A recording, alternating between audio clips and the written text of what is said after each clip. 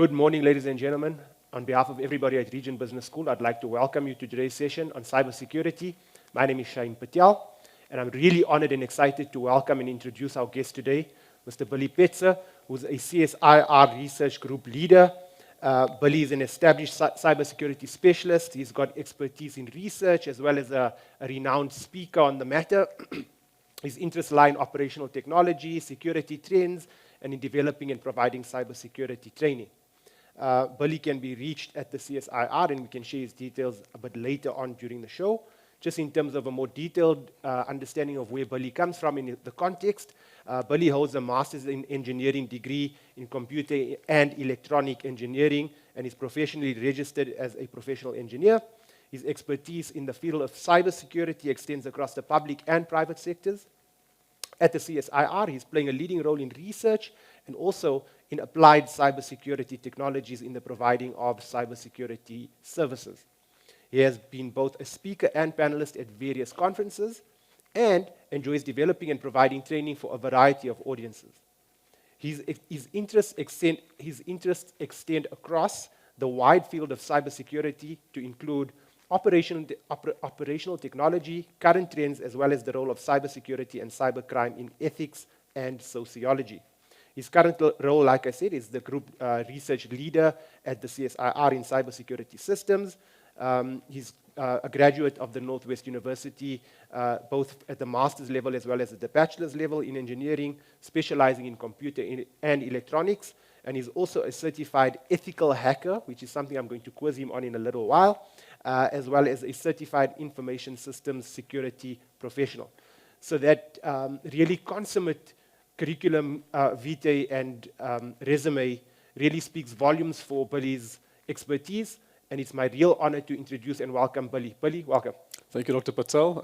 I'm happy to be here. I wish you could follow me everywhere and introduce me. I think my ego would always do well if you could do that for me. I think the collaboration between Regent and CSR can go a long, long way.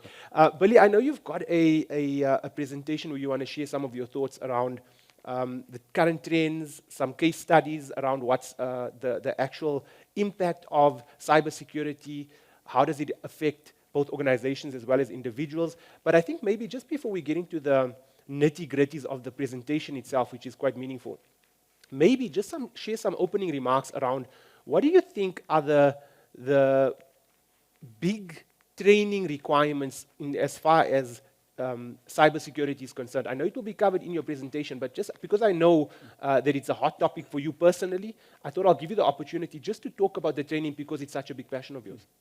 Thank you, Dr. Patel. So the tricky thing is cybersecurity permeates all fields of your work environment, of society. So when it comes to training, there is both the highly technical training that needs to be done, but also at a awareness and training level. So we need to build training into the school environment, for example. As parents, we need to ensure that our children are aware of the risks of the devices that they are working with and the internet. So there's that awareness component which is sorely missing at the moment, and we'll discuss in the presentation, but that awareness component leads to quite a lot of cyber incidents at the end of the day. Sure. But we're also sorely lacking in terms of technical expertise, people who know how to technically hack and protect the networking environment. No, and I think what you've just said is something that we've experienced as Region Business School as well, because insofar as the awareness is concerned, right, I think people gain awareness and think that they've arrived now. I've got the awareness. And as soon as you get the awareness, there's a series or a host of new threats that come about and you're not aware of them. And so your awareness is a journey almost, a never-ending journey rather than a destination. And I think a lot of people need to understand that. That's number one. And then the next point, which is quite valid as well, is the technical skills.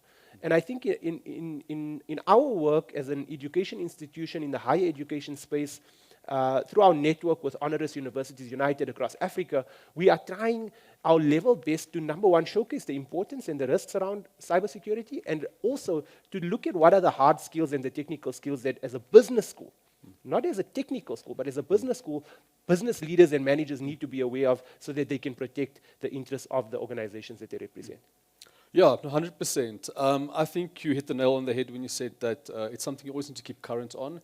You can't just say, I have arrived, I have done a course or training, so I'm aware now, I'm Yeah. safe, I'm secure. Sure. Unfortunately, that's never the case, and the threats keep on evolving.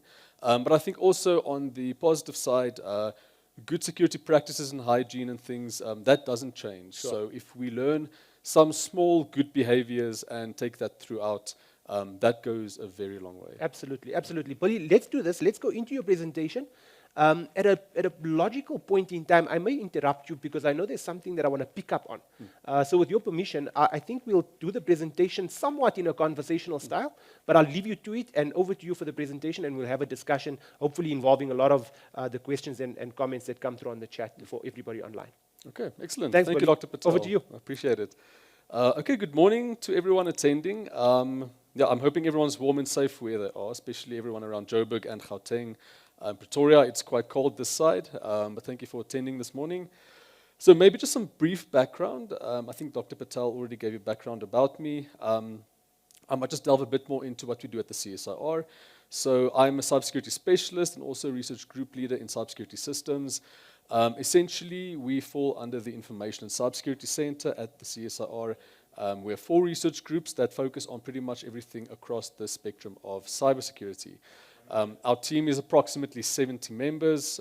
We have researchers, engineers, computer scientists, developers, security specialists, and we focus predominantly on the research and development of homegrown security technologies and services. We also look at best practices and things like that, governance, compliance, and all of those things, and work a lot with government entities and also with the private sector, universities, and educational institutions. So today we'll briefly take a look at the current state of things. We'll discuss some of the most predominant cyber incidents in South Africa, and also look at some statistics. Where are we standing? What are the risks that we are facing as a country, as businesses and organizations? And then we'll take a look at what the most predominant attacks on businesses are at the moment. And of course, since technology is always changing, we'll have to take a look at the future of cyber attacks, how that's evolving, and what we might need to cater for in the future. And then bring it closer to home and look at how we can secure our own businesses as business leaders. And then we'll take a look at what the next steps should be for us to move forward in security and how we can best serve both our organizations and the country at large with good security practices. So in 2020, an individual gained access to about 23 million personal data records through Experian.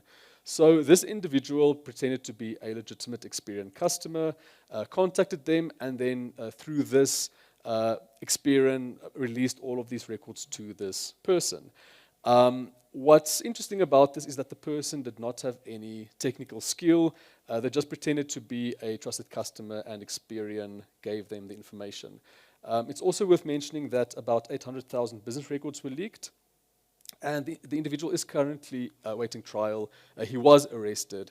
And more recently, in 2022, a hacking group called NaughtySecTU performed a similar attack on TransUnion, another credit bureau. They stole about 4 terabytes of personal information and also information related to businesses. What they did is they used an authorized client's credentials to access the information. And then they tried to extort TransUnion for something to the tune of 225 million rand. Now, TransUnion did not end up paying the extortion fees, and in both cases, all of this information ended up on the internet. So why are these cases noteworthy? So I think what's important to note firstly is that in both incidents, what happened was enabled through social engineering. So with Experian, the fraudster pretended to be a legitimate client. He had no technical skill whatsoever. He was not a hacker with highly technical experience. He just purported to be a legitimate client, and Experian fell for that and released the information. With TransUnion, there was a bit more of a technical component, but still the hacking group used social engineering to steal legitimate credentials from a legitimate user and then used that to access the systems and steal the information. I think what's scary is that these are 2 both very simple incidents that occurred, but the effects are quite far-reaching. Tens of millions of South Africans now have their information out there on the internet, which can potentially be used for the purposes of identity theft. And I think what's also worth mentioning is that we as individuals are at the mercy of the security of the organizations that are processing and storing our data. Well, the security of organizations, or rather the lack thereof in many cases. So the question begs to be asked, the individual in the Experian instance has been arrested and is awaiting trial, but what about the organizations that kind of play fast and loose with our personal information? So far, the information regulator in South Africa has not yet held any organizations liable. There haven't really been any fines, let alone any time in jail. But this will change. Globally, the trend is that hefty fines are now being meted out to organizations. We have the POPI Act locally, GDPR in Europe. These things do kind of legislate and mandate fines and even prison sentences. And in the case of a CEO in Finland, he has been sentenced to 3 months in prison because he covered up bad security practices. Now, the sentence was suspended, lucky for him, so he didn't actually serve out any time. But it shows us where we are heading, and it shows us what the responsibility as business leaders and as CEOs, CIOs, etc., what it is on us and what we need to focus on moving forward. So in terms of the current state of things, South Africa is currently ranked as 6th in the world for cybercrime density, according to some sources. What that means is that we are essentially 6th in the world in terms of cybercrime per capita or per person. Cybercrime also costs the economy an estimated 2.2 billion rand per annum. That was from statistics in 2021. There's a lot of debate around this figure, so I don't want us to get bogged down in the 2.2 billion. Some sources say differently, but they all pretty much point in the same direction, is that there's a significant cost to the economy. We're also ranked 8th most targeted in the world for ransomware, despite only having the 32nd largest GDP in the world. And then we have the highest instance of business email compromise on the continent. So business email compromise is typically where a legitimate business email account is compromised, and then an attacker would send emails from it as if they were the legitimate user. Looking at our placement in Africa, we are the most technological advanced on the continent, so it makes sense that we would have the highest instance of business email compromise, but it's a growing risk and it's a growing concern. And then also more than half of South African firms were impacted by ransomware in the past year. So this all looks quite bad when we look at the statistics. No matter where the statistics are from, they all pretty much point in the same direction. But what we can note is also that we are aligning with global trends. So it's not a uniquely South African problem. The challenges we are facing are also faced on a global scale. We're not in this alone, but there's a lot of improvement that needs to be done on homegrown soil. And then briefly, just in terms of some recent high-profile attacks, we won't delve into each of them. The list is quite a short excerpt from a very long list. It's not a name and shame list either, but it's good for us to be aware of what's happening out there, and that big organizations, small organizations, all are victims of cyber incidents. So Telkom, Tracker, Transnet, Dis-Chem, we just discussed Experian and the TransUnion. Life Healthcare, the hospital group, Shoprite Holdings. Banks have been targeted continually. Quite recently, there was a distributed denial of service attack on a range of banks. Luckily, our banks have quite good security posture and security hygiene, so the attacks weren't successful, but they were attempted. And then, of course, we work with a lot of government departments experiencing cyber incidents. So these things are rife, and it's good for us to be aware of what's happening out there. Not to mention, in individual incidents, these things often go unreported, so it's tough to get good statistics on it, but all facts point to it that it's quite bad on an individual level as well, especially in terms of extortion and sextortion and ransomware. So bringing it closer to home, looking at cyber attacks and business, it's not a matter of if, but when. So Ted Schlein, who is a venture capitalist and enterprise security expert, famously said that there are only two types of companies in the world: those that have been breached and know it, and those that have been breached and don't know it. So if we look at the percentage of companies that have been compromised in 2021, an estimated 84% of South African organizations have experienced some sort of cyber incident in 2021. Again, we're not worst in the world. If you look at the graph there, also not best in the world. We're pretty much aligned to what's happening out there, but the statistics are still major cause for concern.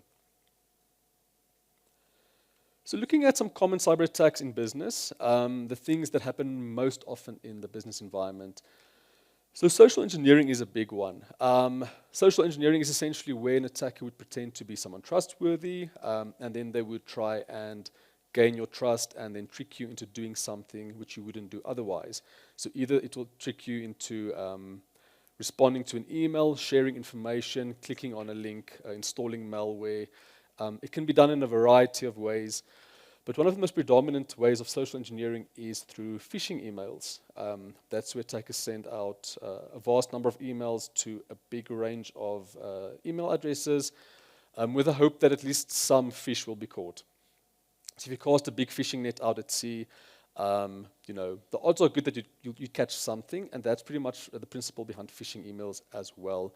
Is the attackers don't target it specifically to someone, they send out large amounts and then hope that someone will click and will be compromised. And then we did discuss business email compromise. That's quite a big one as well for businesses, usually also perpetrated through social engineering, where an attacker would try and trick you into clicking on a link and then typing in your credentials on a fake website and then steal it through that manner. And then, of course, payment scams. We get quite a lot where businesses get fraudulent bank detail changes from fake vendors. So an attacker would pretend to be a vendor and send new banking details and ask you to pay them. And this is quite successful. It happens quite a lot. So these are things that we need to look out for. But something to be mindful of is, especially with social engineering, is there a manufactured sense of urgency? Is the person phoning me or the email that I'm getting, is it trying to get me or trick me into doing something without thinking it through? And then, was I expecting this message? If you get an email telling you that you have a rich uncle in Dubai who passed away and left you large amounts of money, but you have no knowledge of this uncle, the odds are that he doesn't exist. So, is this expected or not? And then also, am I being asked for sensitive information? No one should ever, for any reason, ask you for any sensitive information, let alone PINs and passwords and credit card details, but also things like your ID number. No one should be phoning you asking you for your ID number. So something to keep in mind is the burden of proof rests on the party that initiates the communications.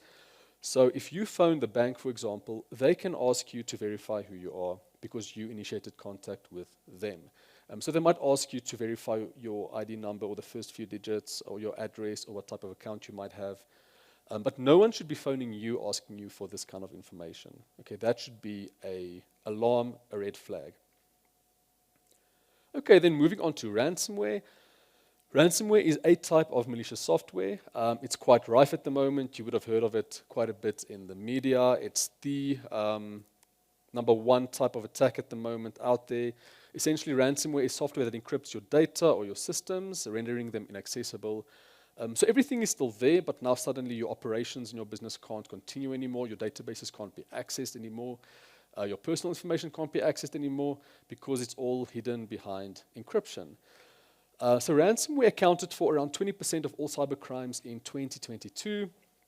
That's 1 in 5, that's quite a lot. And the most common entry point for ransomware is through phishing.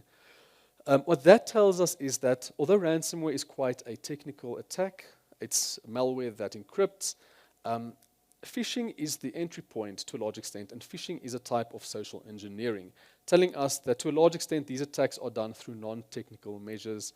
Also, 20% of ransomware costs are attributed to reputational damage. So when organizations do end up experiencing ransomware incidents, the cost to them does not just include paying for the ransomware to get access to the systems again, it's also the reputational damage that they lead as part of the incident. So maybe something that I'd like to check with the audience is, do you think we should pay ransomware if there is an attack? Maybe there's something we can check on a bit later, Dr. Patel, Sure. see what the audience thinks. Maybe in the chat, anybody who's got some views on that, I think the chat would be a nice place for us to have the discussion around that, Billy. That'd be great, because there's a lot of debate around it. Should we pay ransomware or not? Exactly. Yeah. Yeah, no, good question. And guys, please feel free to share on the chat with respect to what Billy's asked and any other question or comment that you may have as well. Because I think it's an opportunity for you to get some kind of expert knowledge, expert opinion. He might not, Billy as an expert might not be able to help you necessarily with your particular threat or risk in terms of cybersecurity, but he'll be able to give you at least some kind of direction and some kind of guidance. So Billy, I think it's a good point. While we are in a bit of a pause within the presentation, Billy, I'm just going to bring to the attention of everybody online, there's going to be a poll launched on the Zoom chat. Just keep a lookout for the poll being launched very shortly. It's a very short poll, but I think the questions on the poll are going to help facilitate the discussion, facilitate more meaningful questions and answers and so forth. And so if you can, just complete the poll, because then we'll discuss the results thereafter. In fact, I think the poll has just been launched. And like I say, answer Billy's question, have a discussion around Billy's question as well, have a bit of debate in the chat around whether or not you think ransomware or ransomware demands should be met. And I think, Billy, it's a very good question, and hopefully we can get some insight from our audience online. But anyway, Billy, I think in a minute or two we'll return to the presentation. I beg your pardon. But for now, Billy, one thing that really stood out for me in what you've said, the statistic around the number of, I think it was 84% of South African businesses in 2021 alone had some form of cybersecurity threat or attack. And I'm just trying to contextualize this, because it might not have been exactly COVID time, right? But it would have been sort of in that end of COVID, end of lockdown, weird period that everybody found themselves in. Do you think that during the lockdown and maybe the post-lockdown period, there was an increase in cybersecurity because people were working from home, and there were all of these added risks because people don't have the corporate security that they would normally have if they're working at the office? Just some thoughts around the context around that particular statistic. Yes, certainly, Dr. Patel. I think that's spot on. So there was a marked increase in cyber attacks, both during COVID and after. And it's interesting, the reasons therefore, it is largely because people were now working from home, so they weren't hiding behind the corporate security layers. They used their own personal devices, personal networks to access corporate resources. So that's a big part of it. But people were also just spending a lot more time online because they were at home, they were idle, they weren't out as much. Yeah. And from an attacker's perspective, they also had more idle time online, so they were trying more things, innovating a bit more in how they attack and what malware they create. So all of these things definitely did add to both during COVID and after. Absolutely. And we're still seeing the aftermath from that now. Yeah, and as you're talking about this, I'm trying to put myself back sort of 2-3 years ago, right? We're talking very currently about training and how do you capacitate people from an awareness point of view, from a technical and hard skills point of view, how do you prepare for cybersecurity? But somewhere along the line, people are learning how to do this. Sort of, there's no real school, I don't imagine, where you can go and learn how to become a cyber criminal. But they're learning, and it would imply that knowledge is basically out there. And it probably because people had a lot more downtime, if you can put it that way, because everybody was cooped up at home for the better part of a good few months. You become itchy and you think to yourself, how can I, which website can I go and find information that I'm after? And I think that maybe, perhaps in another discussion altogether, it's a case of we need to analyze and look at how do people gain the knowledge to do this, and what can be done to stop it, because I think that in itself is a form of cybersecurity risk management. 100%. Yeah, I think to just briefly touch on that, what's interesting is that the majority of people who are highly skilled in security and cybercrime and cyber attacks do not have any formal certifications necessarily or qualifications. Yeah. They're usually they're curious, they like breaking things, they like seeing how far they can get. So there's a personality type that also plays a role with that, and a type of innate curiosity. Yeah, so it's tough to get to a point we have enough skilled people just based on paper and certifications. Yes. We need to also cultivate, I think, the curiosity. Yeah. Yeah, And it's a culture. it's a culture. It's a culture. Look, I think the conversation is brilliant. Let's keep it going. I see some of the polls are being, results are being tabulated already. If you haven't completed the poll, please do so. But let's get back to your presentation, Billy. Let's give you an opportunity to complete it, and then we can revisit the conversation thereafter. Great, thank you, Thanks. Dr. Patel. Okay, then I think moving on from ransomware, another common attack on business, of course, is data theft. We discussed that briefly with Experian and TransUnion. That would, of course, include anything from theft of personal data, financial data, sensitive organizational information, trade secrets. This impacts the individual, but also largely the organization. And then, of course, this often occurs as part of corporate espionage, extortion, but also largely just accidental data disclosure, people who don't put the proper security measures in place to protect our information or the organizational information. And legislation like PAPIA tries to address this, although we still have a long way to go in terms of implementing and complying on a large scale.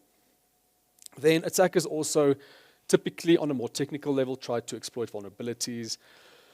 So pretty much any software, any machine, any system, nothing is 100% secure, so you can't assume that your phone, your computer, is unhackable. It isn't. There's always something, even if it's not public knowledge. So we get things called 0 days. Essentially what this means is that the moment that the vulnerability becomes public knowledge, the vendors or the creator of the software or the system has 0 days to rush and fix the security hole, because from the moment it's published, attackers will, of course, try and exploit it. So that's pretty much what the 0 day is. And a lot of attackers try and find vulnerabilities in existing systems, often just for fun, but often to actually exploit and perpetrate cybercrime. So just briefly in terms of general security hygiene before we move on, I think these are things that people tend to know, but maybe it's just worth mentioning again. Focus on having strong credentials. You can't just use a short password. It's very easy to crack or brute force. You want to go for a long password or actually a passphrase. But with that being said, usernames and passwords alone are not really considered secure anymore. You now need to have multi-factor authentication, which would be your SMS OTP or an authenticator app on your phone. It's not really considered strong anymore to just have username and password. It's so easy to trick you into typing that into a fake website that looks legitimate, or to just brute force it or crack it. So use MFA wherever possible. Then in terms of ransomware, one of the best things you can do to protect against it, in a personal sense and also in an organizational sense, is to back up regularly. So in that instance, if you have ransomware, you can just say, okay, we're not paying, we're walking away, but we have backups, we can just recover and go on. Of course, be mindful of not backing up the viruses as well, but that's maybe a different conversation. Never share credentials, that's an obvious one, but we still find people who write their passwords on Post-it notes, put it on the computer screen or on the wall, or just share it willy-nilly with anyone. And then try to not use business machines for personal use. Even things like online shopping, keep personal on your personal devices and business on business devices. And an obvious one, anti-malware goes a long way. Have it on your machine, have it on your phone. It'll protect you quite significantly. Okay, so we discussed the attacks, but who sits behind it? Why is it happening? So it depends. It's a variety of perpetrators. So of course you get your nation-state actors. Typically, if we look at what's happening between Russia and Ukraine with the war there, a big component of that is cyber warfare and not just boots on the ground. So that's something that's also increasing, especially with the geopolitical instability that we're facing to a large extent. There is the expectation that cyber warfare will increase drastically going forward as well. Then cyber criminals. These are typically people who want to make money, make a quick buck. cyber gangs who would create ransomware and try and extort money from you in that sense. So that's the common one that we always talk about. But then, of course, also hacktivists. It's not that common, but it happens. People who maybe do not like your organization or what you stand for. Maybe they think you're not green enough, or the CEO was implicated in some misconduct or something. So people feel like it's their moral duty to now attack the organization or to take a stand. That happens quite a bit, but on local ground, I haven't really seen much of that yet. Terrorist groups, of course, would disrupt and attack with the idea of ideological differences. So that's also one that's increasing. And then thrill seekers, it's your general script kiddies, people sitting in their grandma's basement, just someone who's curious, playing around. Often not for malicious intent, they just want to kind of see how far they can get, but they can still disrupt and cause a lot of damage, even if just by accident.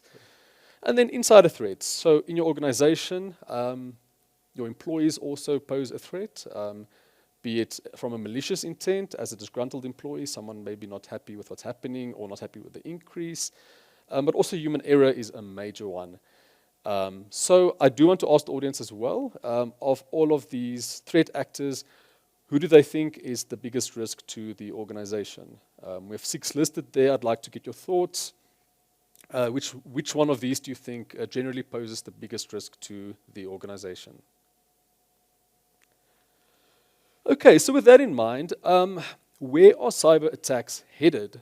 Technology continuously changes and the way in which it's used to perpetrate cyber attacks, but good cybersecurity principles do not. It remains the same and it remains valid. So Bruce Schneier said that if you think technology can solve your security problems, then firstly you don't understand the problems, and then also you don't understand the technology. In terms of cyber trends in business, we touched on remote working, Dr. Patel. So with COVID-19, people are working from home a lot more, not as much behind corporate security anymore, working from anywhere, working from unsecure networks, unsecure devices.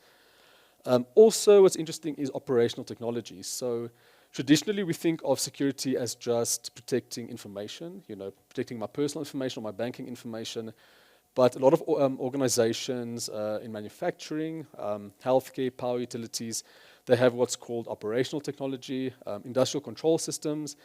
These are all devices that have a real-world impact.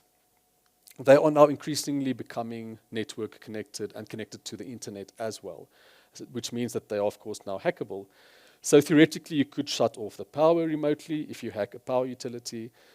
We've seen this happen in the Ukraine. In 2015 and 2016, they experienced cyber attacks on the power utilities there. Power was actually shut off to large portions of the population. So it's happened. There's precedents for it. It's a risk. So that's one of the things to look out for as well. Even healthcare, municipalities, you could really disrupt a nation, disrupt a population if you go after these kinds of environments. And Gartner predicts that by 2025, attacks on operational technology will have led to human casualties.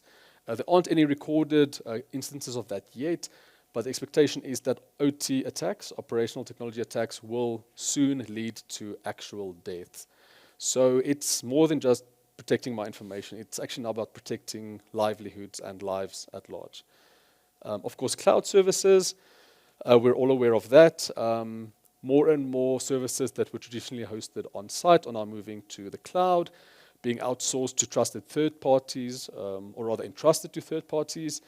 So there are, of course, big benefits, big savings on costs and overheads and things like that. AI, artificial intelligence, machine learning, these are also starting to play major roles in how we do business, conduct business, process information. I think everyone's aware of ChatGPT and what risks they pose, also in the educational environment, writing reports and things like that.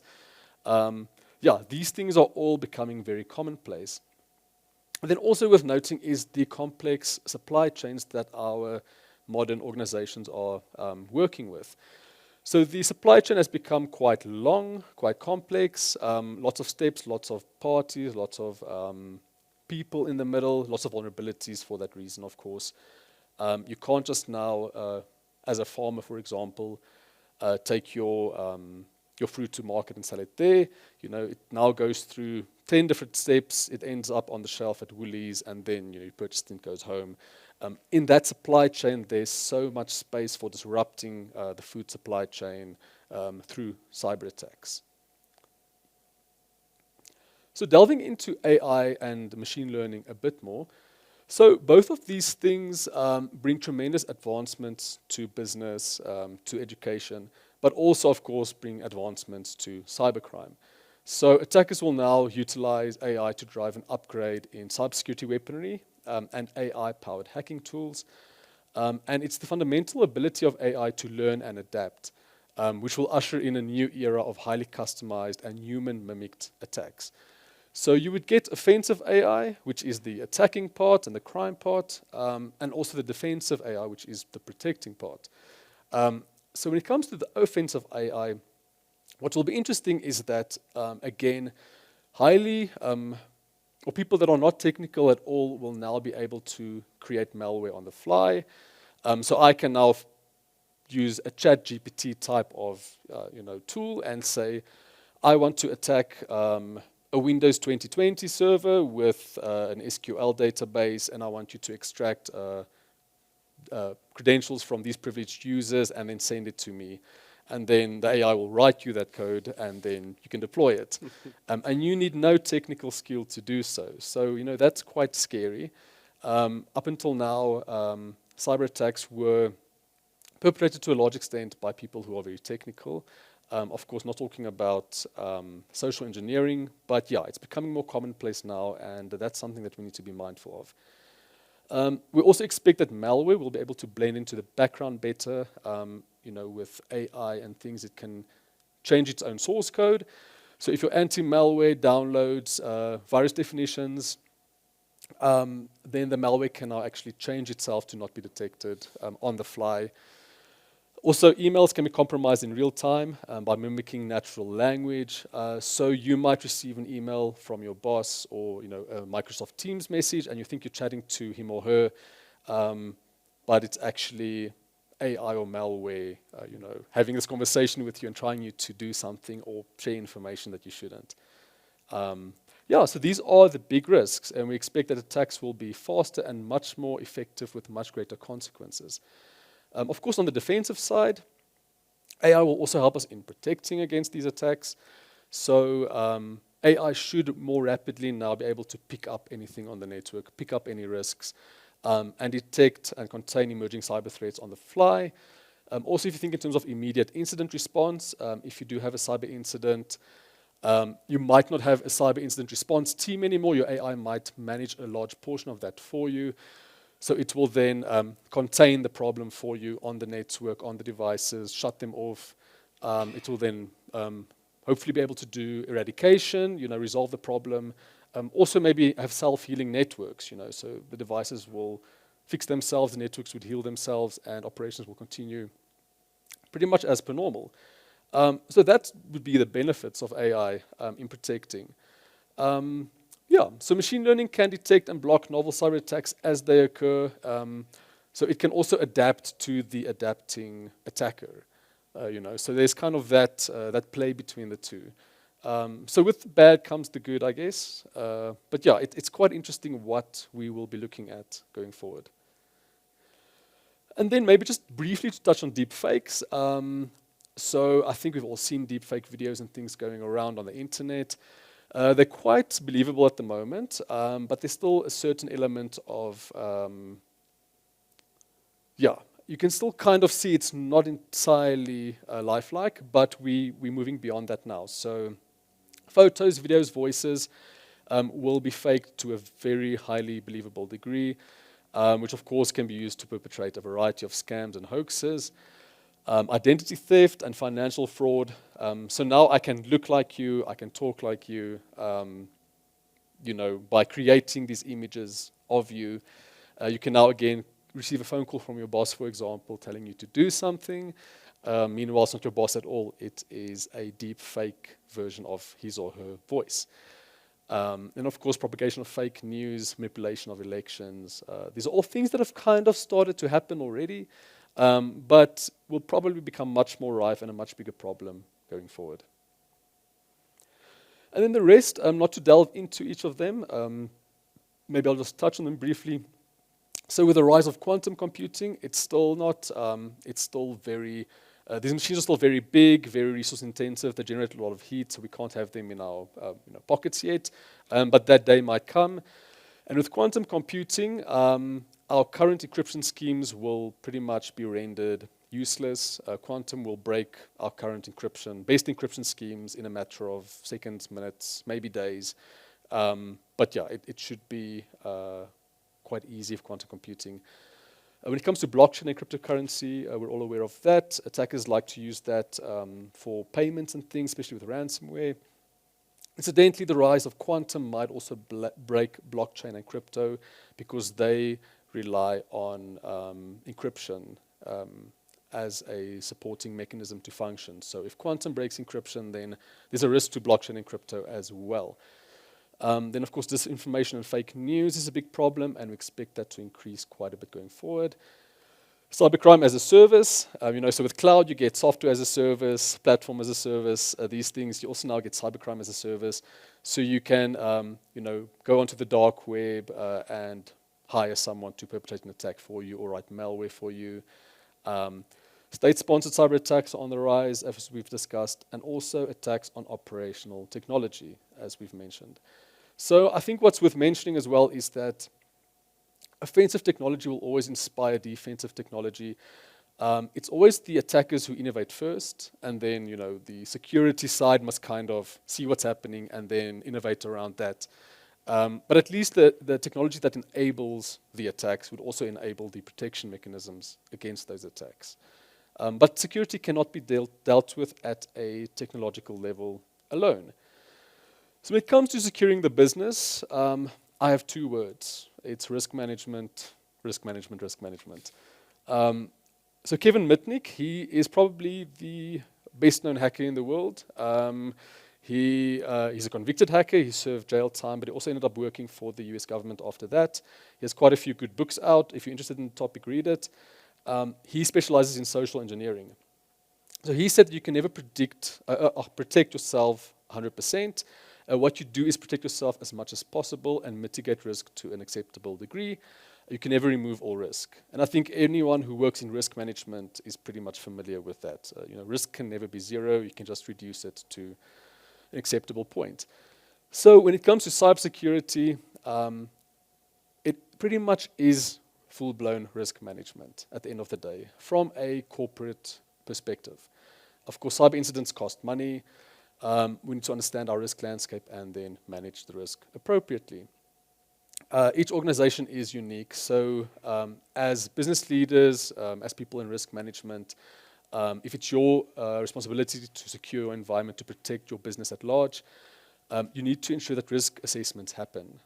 You must understand your organization, its priorities, and its landscape. We must identify our critical assets, our critical processes, everything that feeds to the bottom line, because these are the things that we need to then protect, of course, at the end of the day. And then, of course, determine the potential cost of cyber incidents on these critical assets or processes or IP or whatever it may be for your organization.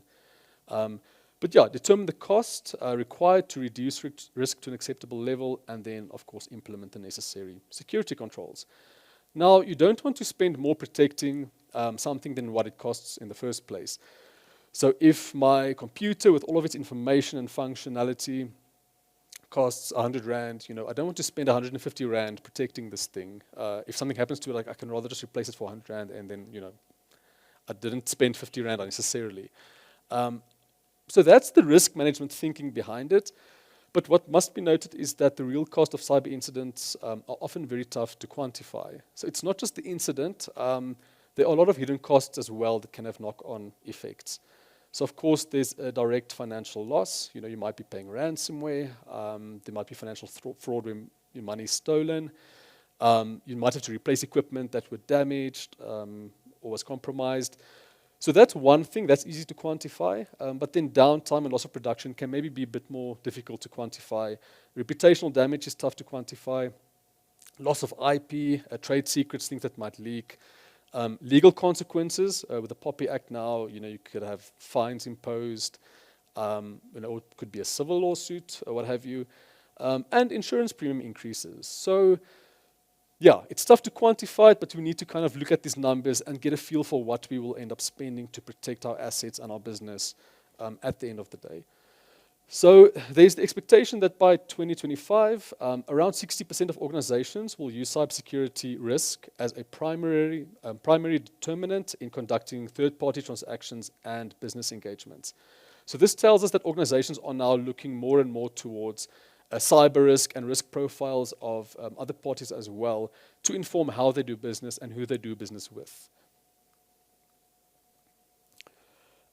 Business and cybersecurity, when it comes down to to brass tacks, cybercrime is marked as one of the biggest risks to businesses in the country for the current year and going forward.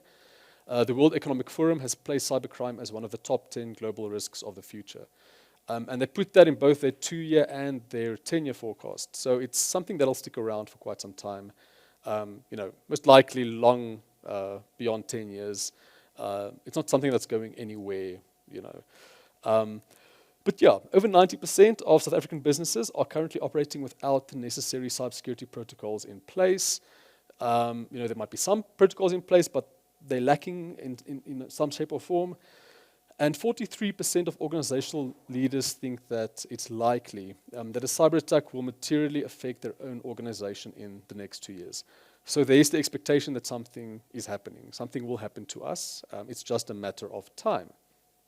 So on the plus side, SA businesses do plan to spend about 22% more on cybersecurity in the next 3 years. But we are lagging behind on a global scale. About 95% of security budgets globally will likely increase over the next 2 years. 56% of them significantly. But it does show us that there's emphasis on investing in security, putting the funds there, and making sure that we are protecting ourselves sufficiently.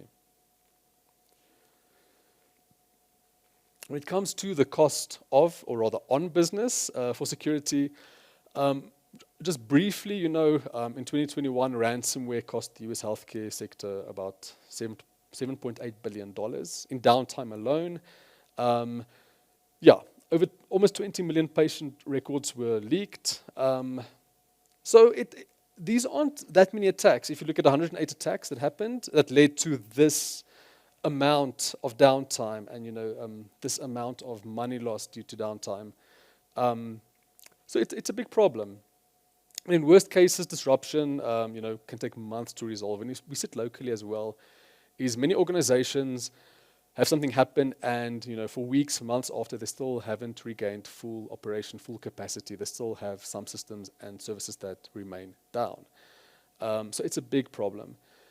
And then also quite interestingly, almost 50% of business PCs and 53% of consumer PCs that got infected were reinfected within the same year.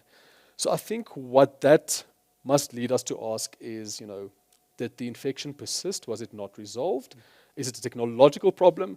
Or is it rather the person behind the computer that is, posing the risk and doing unsafe things that causes this to reoccur? But according to the World Bank, by this year, 2023, about $5.2 trillion in global value will be at risk from targeted cyber attacks. So there's a massive financial impact, both on a local and international scale. But I think our small and medium businesses are especially at risk. They don't always have the resources and the policies and things to protect themselves adequately. So I want to talk about what NIST calls people, processes, and technology. So NIST is the National Institute for Standards and Technology. And what NIST says is that we need to look at security holistically, cybersecurity. So we always think technology when we think cybersecurity, but that's such a small part of it. We need to look at people as well. So, do we have the right training and awareness processes in place? Do the people in our organization or even in our house know what they're doing? Do they know what the risks might be of going onto unsafe websites or downloading things or sharing information? And then do we have the professional skills and qualifications in our organizations? Do we have the right people, the right skill sets? Do we have competent resources? So that's one big aspect of security. Of course, your processes as well. Do we have the right governance frameworks in place, the right strategies? Do we have incident management processes in place? Have we done risk assessments? Do we have a business continuity plan in place in the organization? What are our best practices? Audit, reporting, all of these things feed into the process side of it. And then, of course, technology. That would typically be all your technology, your machines, your endpoint detection and response, your EDR, your AI, machine learning, firewalls, anti-malware, security operations centers, and all the tools there. That all would fall under technology. But why I think this slide is important and information is important is that we need to think about security holistically. It's not just a technological problem that needs to be fixed at a technological level. We need to address it throughout all of these spheres, especially at the people side, but also processes. So they say you're only as strong as your weakest link, but when it comes to security, we try and build defense in depth. So ideally, you want to build as many layers around the thing that you are trying to protect as you can. Meaning that if an attacker can permeate one layer, there's still all these other layers to protect. And these layers consist not just only of technology, but also people and what they do and what processes you have in place at the end of the day.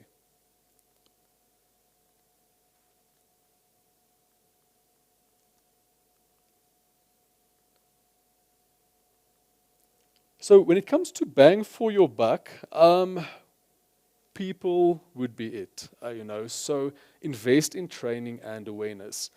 According to IBM, the vast majority of cyber incidents that occur are enabled through human error.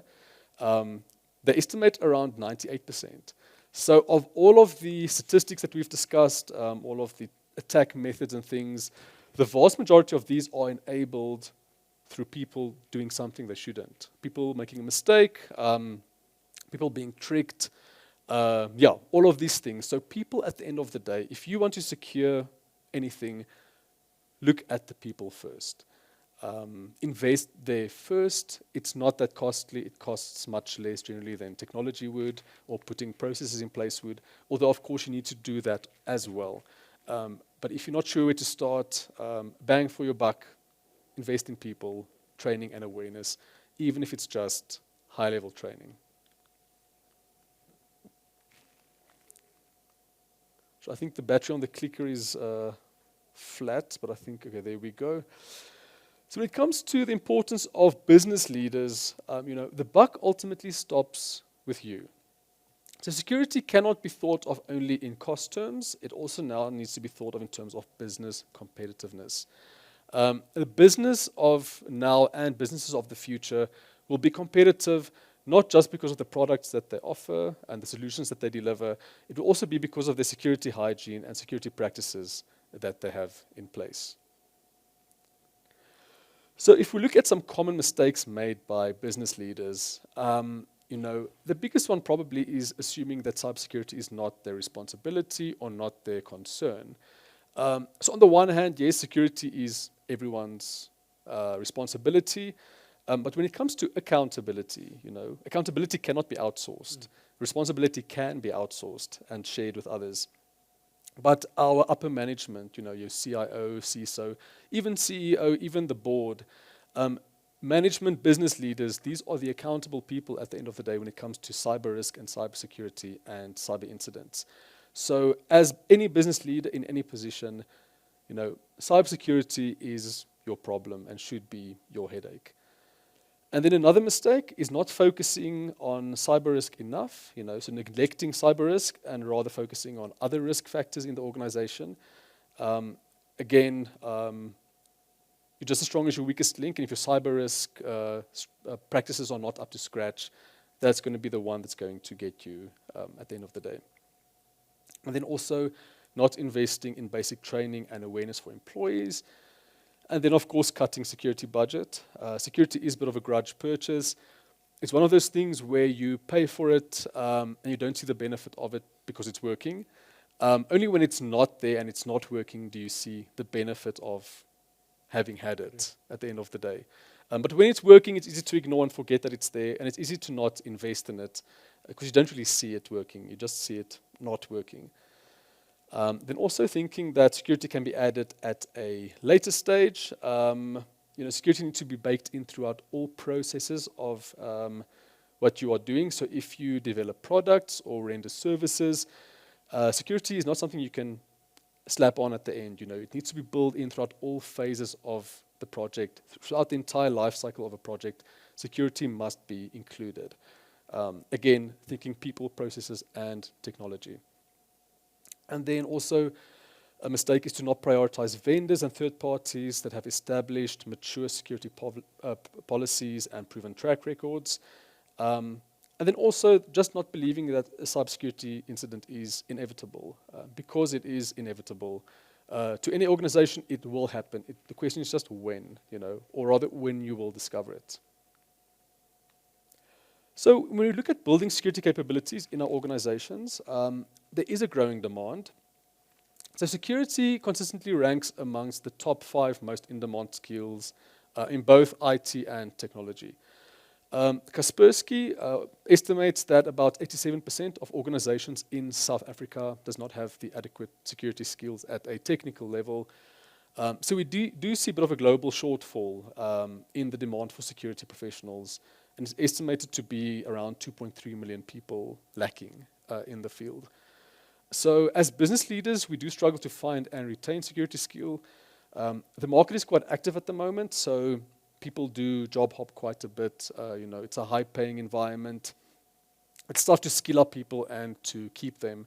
But as business leaders, we need to look at making the working environment attractive for the right skill sets. Again, invest in our people, and then hopefully ensure retention through these measures. So we need to build a pipeline. We need to kind of have a concerted effort to increase the pipeline of security professionals. Start with young skills, fresh skills, green skills as well. Invest in them. Give out sponsorships if possible, if your organization does that. Again, invest in training, give out bursaries for people to study more technical fields. And then open up recruitment to focus more on skills and experience, not just formal qualifications. A piece of paper is one thing, but it's really what you can do at a technical level that shows your value at the end of the day. And then also, it's important to know that security is not just technical. A lot of soft skills can play a massive role in the cybersecurity environment. So if you work in a field like economics, law, psychology, sociology, communications, media studies, the list goes on. You can find your niche in cybersecurity and potentially have quite a successful and lucrative career if you pivot it towards cybersecurity while still retaining your core skill sets. So there's a lot happening, and there's a lot of opportunity as well for innovating in security, no matter what you are involved with. Okay, and then lastly, we need to look at protecting our businesses. So I did touch on the people aspect, the human factor. People will always be your biggest risk, so start there. It's also the cheapest and easiest one to address. Invest in people. That's the biggest bang for your buck when it comes to security. Then in terms of compliance, drive that from a management and business perspective. Ensure that you comply with regulation and industry standards. It will, of course, reduce the likelihood of incidents happening in your environment, but it also protects you as a business, you as an individual in management. If you have compliance in place, you can say, this incident happened, but, we are compliant. We do have these security protocols and measures in place. We did what we could. Security incidents are often inevitable, but we did what we could, and that will protect you to a large extent from things like the POPI Act, from lawsuits and litigation and potential fines and things like that. So drive compliance as far as you can. And then also, again, look at your supply chain.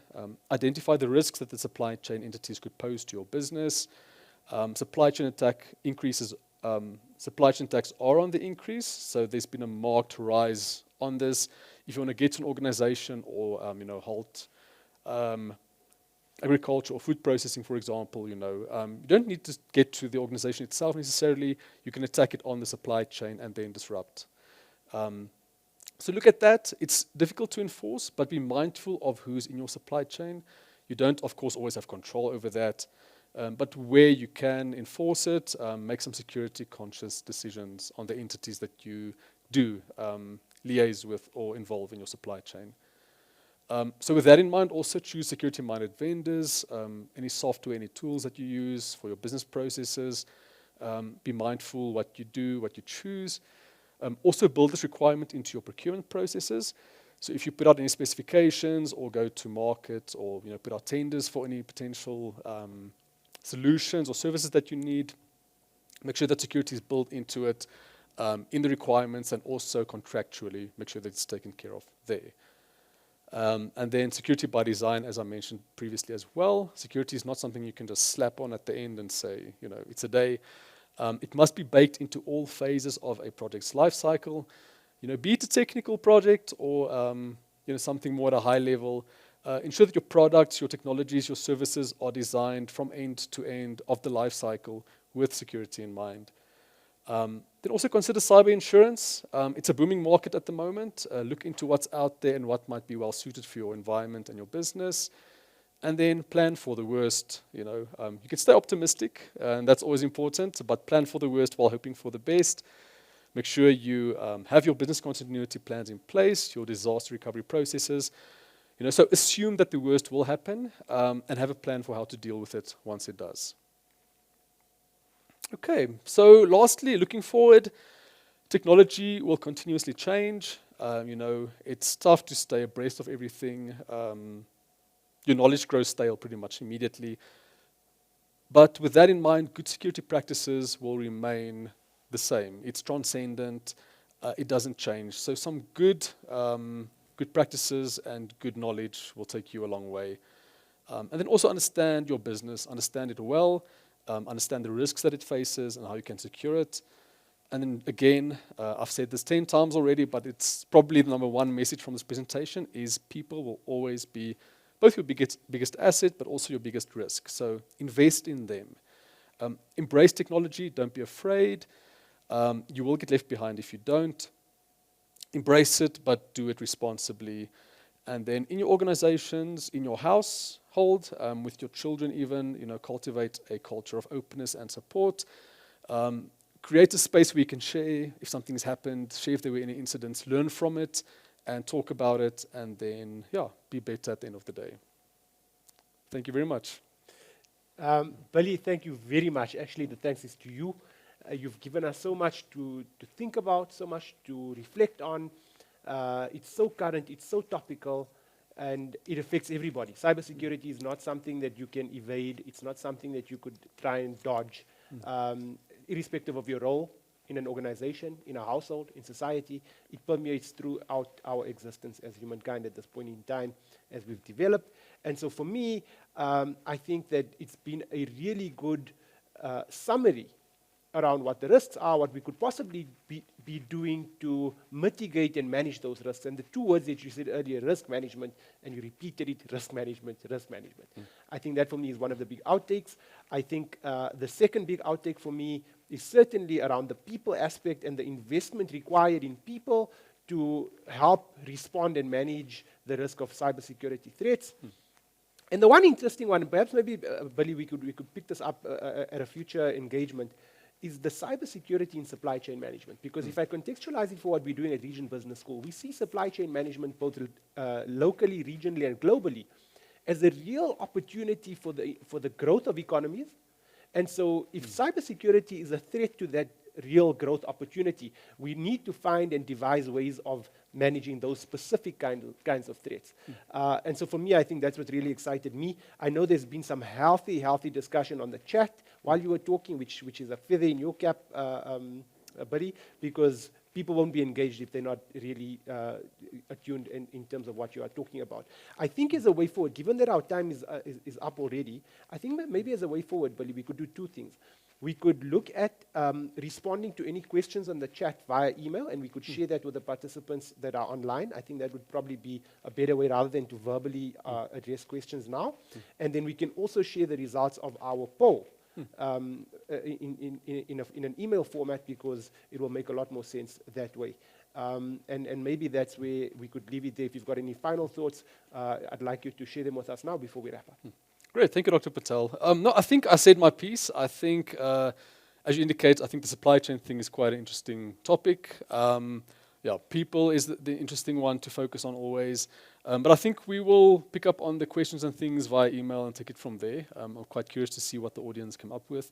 I'm always also curious to see what answers they gave to the questions. Yes. But I think we'll manage that offline and take it from there. Lovely, lovely. Thank you so much, Billy. Like I say, it's been a pleasure having you here. You're an asset to your profession and to your institution. At Regent Business School, we're proud to call you a friend of the institution. We look forward to hosting you several times in the future to share your deep wealth of knowledge on the topic of cybersecurity. But for now, I'd like to thank you so much. And I'd also like to thank everybody online for your participation, your attendance. And certainly, we look forward to hosting you again soon at more of these kind of events. But for now, from me, Shahiem Patel in Johannesburg at Regent Business School, it's bye for now.